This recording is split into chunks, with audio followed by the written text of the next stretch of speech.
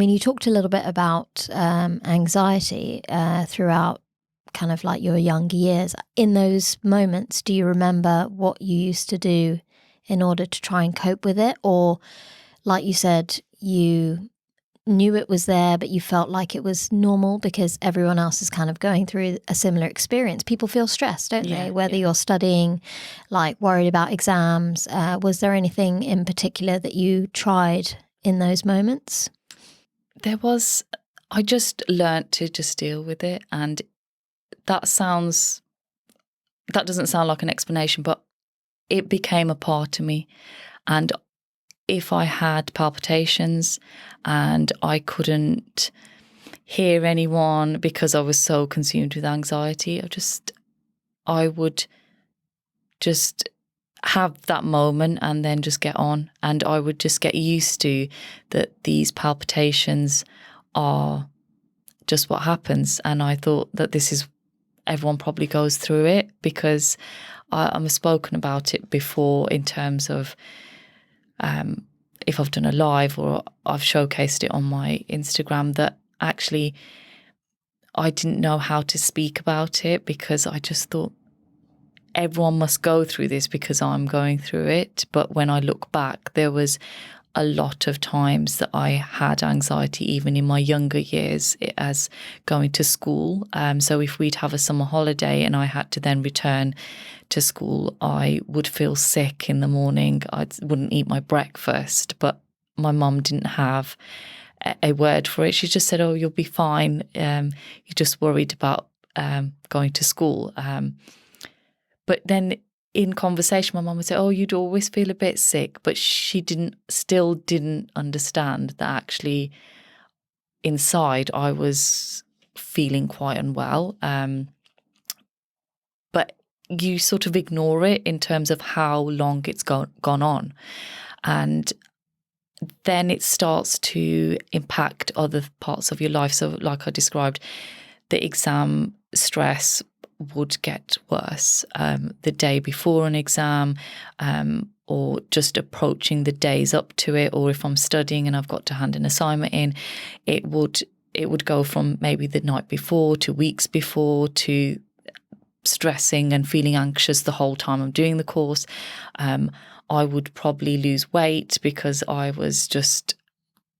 would be eating, but I would lose weight, or I would feel so sick maybe that I couldn't eat the day before. My sleep was up and down. But I became very numb to it. And I think that's what a lot of our generation did, because we didn't have an outlet to speak to anyone about it. And even I would say after having my kids, I still couldn't see it as a problem. But when you have your kids and you have your emotions are everywhere, your hormones are everywhere, but it's not an excuse to say that, oh, you've just had a baby and it's just those your hormones after having a child, you'll be fine. It actually got worse. So on top of having my babies, my anxiety was quite bad, and I just still didn't see it until it started impacting in terms of relationships I would get quite snappy and frustrated and didn't know how to really vocalize how I was feeling, and that only really came to a head until lockdown, I would say, because the silence allowed me to see something's not right. I need to sort myself out, and I need to help myself to move forward. I can't keep saying this is fine, this is normal. And this is what got me onto this journey of self-growth and listening to your inner voice. I had a coach. I was speaking to her about how I was feeling. I lost my dad when I was 18, so I had a lot of trauma based on the grief that I wasn't able to showcase.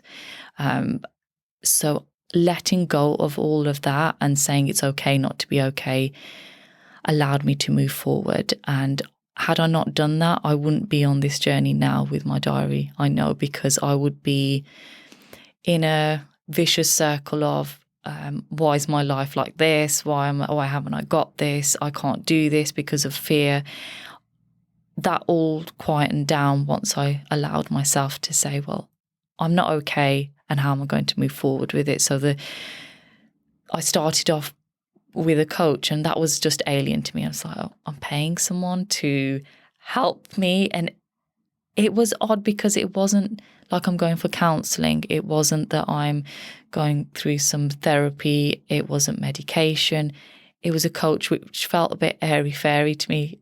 But actually that was the best help that I could have had, because I've had counselling in the past, but they didn't get to the root of how it was affecting every other part of my life. And just getting out of that victimhood and having someone to support me just allowed so much of my passions to come out and that creativity to come out, and allowed me to focus on what mattered to me instead of allowing the external noise of everyone else and what's happening around the world and what's happening in everyone else's life to shut down my inner voice. And the coach, she really helped me, and I just felt like I was able to let go of that grief for my dad in a healthy way. Because before I probably wouldn't be able to speak. I wasn't able to speak about my dad without crying, and then my throat seizing up and not being and just then shutting myself down and thinking, right, I can't get this emotion out, I've got to just stop. But now I've got to a healthy place where I can speak about him, and it doesn't affect me negatively, if that makes sense. Because grief is, you have waves of grief, but I was unconsciously consumed with it, and just releasing that allowed me to explore myself and really get to a better place in my mindset. And that's what made me realise that actually mindset and exploring yourself is so important in having good mental health. And so much of what we do, we may see a patient who's prescribed some medication, so we just say, yeah, carry on with it, it's great. But I now take it a step further. If I'm speaking to someone about their medication and they say to me, it's not really working, I have my ups and downs, I have to explain to them that life is that way, and this medication is not going to make you happy every day. But I still allow them to tell me what they are feeling, but then also offer them really positive ways to move forward, because I've been through it and I've lived it and I've got through the other side. I may have my ups and downs as well, but really speaking to a patient from lived experience has a different, I think it's a completely different approach to someone who's advising and never been through it, because they can never understand. Someone who's never had anxiety will never understand how it is, because someone might say, oh, just snap out of it, you're worrying for no reason, but it consumes you. But until you focus on working on yourself and listening to your inner voice, you will never move forward, and no amount of medication will help you move forward, because the medication becomes an excuse. It's not working because of the medication. I'm not better because this medication is not working. And I was really shocked how much mindfulness and having some time out for yourself can just so quickly improve how you feel. And it was just like a miracle to me, because I thought, I can't believe I've lived with this for years, and I would never have been able to do this when I was a child or a teenager or even in my 20s. But making time for myself, I started running, I just started journaling, I started seeing the beauty around me. And it does sound a bit airy-fairy, because people think, oh, we've got to be grateful and we've got to have gratitude and we've got to find the joy in life. But actually, if you really see what is in front of you, you will feel so much happier. It's not exercising can give you those happy hormones, and they can, but even if you're not exercising, if you step outside your house and it's a beautiful day and you really look at what's in front of you, you just feel so great. Like I drove here, it was 2 hours. I could have said, oh God, it's 2 hours. There's loads of traffic and I want to get there. But no, it's a beautiful day today. The sky is absolutely beautiful and the area around here is absolutely beautiful. And just focusing on that and has made me feel in a great mood. I stopped off to have a coffee. It just made me feel great. I took 5 minutes to have a coffee.